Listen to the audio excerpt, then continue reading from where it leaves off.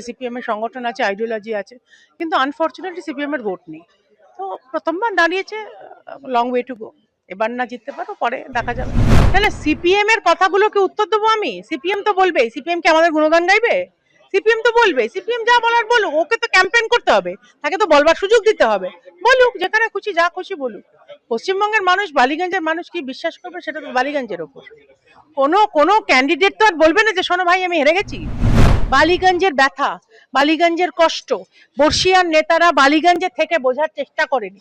আমি বালিগঞ্জের মেয়ে, আমি বালিগঞ্জের ব্যথা অনুভব করি, এবং এই ব্যথা সলভ করার সুযোগ যদি বালিগঞ্জের মানুষ আমায় দেয়, আমি করে ছাড়বো। নমস্কার, আপনারা দেখছেন দ্য ইন্ডিপেন্ডেন্ট বেঙ্গল। আমি রীতিকা। এই মুহূর্তে আমি আছি বালিগঞ্জ বিধানসভায়। আমার সাথে রয়েছেন বালিগঞ্জ বিধানসভার বিজেপি মনোনীত প্রার্থী দিদি শত্রুপাতি। প্রথমেই ইন্ডিপেন্ডেন্ট বেঙ্গলে স্বাগত। দিদি, বালিগঞ্জের হাওয়া কি বুঝছো? বালিগঞ্জের হাওয়া এরম ভাবে ঘুরতে আমি এই প্রথমবার দেখছি। এর আগে লাল চোরা হয়ে গেছে, লাল চুজ করে ফেরত দিয়ে দিয়েছে, লালকে সরানোর জন্য সবুজকে আনা হয়েছিল, তার উপরও ভরসা কেটে গেছে। এখন যা আমি দেখছি, এবার পুরোই গেরুয়া হতে চলেছে বালিগঞ্জ। এতটা কনফিডেন্ট কি করে? মানুষ বলছে, মানুষ যেরকম রেসপন্ড করছে আমার সঙ্গে, এসে কথা বলছে, আড়ালে অনেকে বলছে যে আছি। আমি বলার আগে মানে আমার এখান থেকে স্লোগান যাচ্ছে, পাল্টা স্লোগান রাস্তা থেকে আসছে, কিন্তু মানুষের জবাব এটা। দিদি, তুমি ডোর টু ডোর যাচ্ছ ইতিমধ্যেই, টানা বেশ কয়েক সপ্তাহ ধরেই তুমি ডোর টু ডোর ক্যাম্পেনিং করছো। কি কি সমস্যার কথা মানুষ তুলে ধরছে? আমি আমার নাম অ্যানাউন্স হয়েছিল 19 তারিখে, 4 ঘন্টার মধ্যে আমি রাস্তায় নেমে গেছিলাম। মন্দির থেকে শুরু করেছিলাম, কালী মন্দির থেকে, এবং তারপরে আমি রোজ দুবেলা 3 বেলা করে করে ঘুরছি, এবং ঘুরছি সকাল 7টা থেকে আপ টু প্রায় 9টা 9:30 অবধি আমি ঘুরছি। মাঝখানে 2 ঘন্টা আমি একটু বাড়ি যাই। এবার আমি বালিগঞ্জের কাছে নতুন কিছু শুনিনি, যেটা আমি অলরেডি জানি না। আমি বালিগঞ্জের মেয়ে, বালিগঞ্জের নিজের মেয়ে, বালিগঞ্জের ব্যথা, বালিগঞ্জের কষ্ট আমি অনুভব করি। যদিও আমার বিচরণ হয়তো একটু উঁচু স্টেটাসে, উঁচু স্ট্রাটায়, কিন্তু আমি যেহেতু 15 বছর ধরে মানুষের সঙ্গে কাজ করেছি পলিটিক্যালি, যেন হেন বস্তি নেই যেখানে আমি ঢুকিনি, হেন জায়গা নেই যেখানে আমি যাইনি গত 15 বছর। এই জন্য আমি যখন এখন পলিটিক্যাল ক্যাম্পেইন করছি, সেটা হঠাৎ করে নতুন করে উড়ে এসে জুড়ে বসা স্লোগান দেওয়ার ক্যাম্পেইনিং নয়। আমি জানি, আমি বুঝি, তারা আমায় চেনে, আমি তাদের চিনি। আমি একটা শুধু তোমায় গল্প বলছি, তুমি বাকি বুঝতে পারবে। পরশুদিন আমি হিন্দু সেমেট্রি আছে, সেখানে যে ডোমেরা কাজ করে, তাদের বস্তিতে আমি ঢুকেছিলাম, এবং তারা প্রথমে চমকে গেছে যে ক্যান্ডিডেট ঢুকছে। ওরা প্রথমে সিম্বল হয়তো বুঝতে পারেনি, কারণ আমার উত্তরীয়তে সিম্বল থাকে না, আমি নিজেই থাকি। আমি ঢাক নিয়ে ঢুকি, লোকজন থাকে আমার সঙ্গে, সেন্ট্রাল ফোর্স থাকে, পুলিশ থাকে, এটা ইলেকশন কমিশনের যা নর্মস।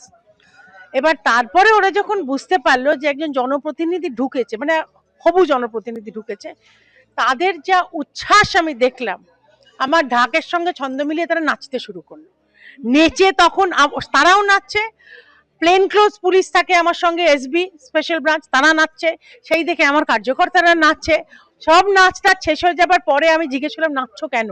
মানে ভোটগুলো দেবে? বলে দিদি আপনি ভোট পাবেন, কারণ এর আগে কোনো এত বছরে কোনো পলিটিক্যাল পার্টির কোনো জনপ্রতিনিধি আসেনি। তোমায় আমার গল্প বলার একটাই কারণ, নাচের গল্প শোনানোর জন্য নয়। বালিগঞ্জের ব্যথা, বালিগঞ্জের কষ্ট বর্ষিয়ান নেতারা বালিগঞ্জে থেকে বোঝার চেষ্টা করেনি।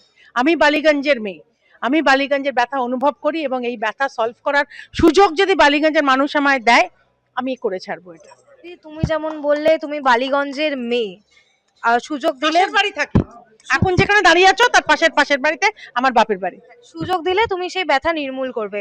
অন্যদিকে সিপিআইএম ক্যান্ডিডেট আফরিন বেগম, একেবারে রাজনীতিতে নতুন বলবো না, কিন্তু নির্বাচনে প্রথমবার তার, তিনিও ঠিক এতটাই কনফিডেন্ট, তিনি বলছেন আমি বালিগঞ্জের মেয়ে, বালিগঞ্জবাসী আমাকে বেছে নেবে।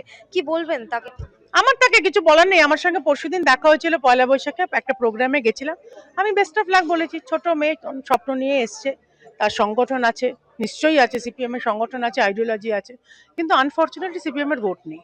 তো প্রথমবার দাঁড়িয়েছে, লং ওয়ে টু গো। এবার না জিততে পারো, পরে দেখা যাবে।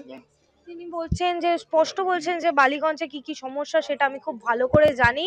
বিজেপি তৃণমূল এত বছরে কিছু করেনি, একেবারে এসআইআর এর বিরুদ্ধে কথা বলছে, জ্ঞানেশ কুমারের চোখে চোখ রেখে প্রশ্ন করেছে, বলছে বিজেপি এসআইআর করাচ্ছে, নাম বাতিল করছে, একাধিক অভিযোগ।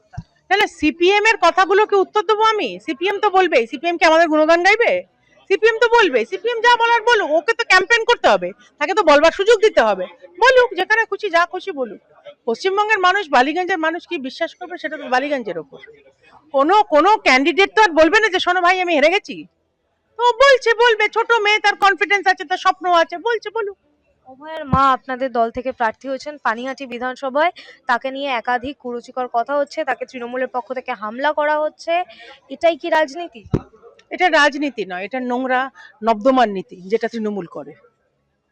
কিন্তু অভয়ের মাকে একাধিক মানে কথা আমি বলা অন্য হচ্ছে। ক্যান্ডিডেট নিয়ে আমার কথা বলাটা উচিত হবে না। এটা আমি যদি স্পোক্স পার্সন, যেরকম আমি ন্যাশনাল স্পোক্স পার্সন আছি, তখন কথা বলেছি অনেক।